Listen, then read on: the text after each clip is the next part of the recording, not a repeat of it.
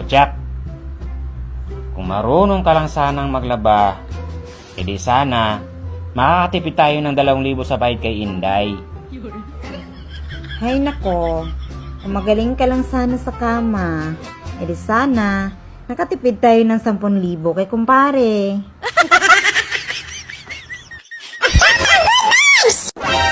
Be, Bakit, be? may problema ako, be. Bakit? Ano naman problema mo?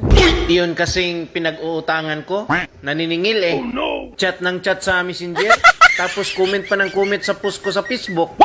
Huwag kang mag-alala, be. Tutulungan kita. Talaga, be? Babayaran mo utang ko? Oh, ito. Bumili ka ng kandila, be. Tapos hindihan mo. Ha? E ano naman gawin ko sa kandila? Hindi gawin mong profile picture.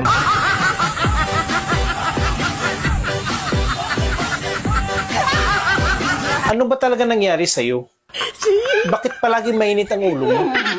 Ang hirap mong pasayahin. Ikaw may kasalanan nito eh. Kung bakit ako ganito. Ako na naman.